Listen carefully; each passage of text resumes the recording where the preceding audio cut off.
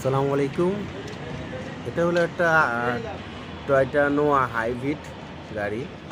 তা হাইব্রিডে অনেক sound system অনেকে একটু পায় যে হাইব্রিডে কি সাউন্ড সিস্টেম হইব কি হইব না, বা ভালো কি হইব, কোনো রকম সমস্যা হয় কি না, অনেক কিছু অনেক কথা অনেকে জিজ্ঞেস করে।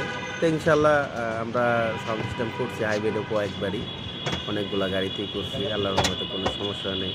দেখা গেলো যে হাই ফ্রিকোয়েন্সি সাউন্ড সিস্টেম যেমন ওগুলো করলে কোনো সাইড এফেক্ট হয় কিনা। তো ইনশাল্লাহ আমরা ভালোই করছি।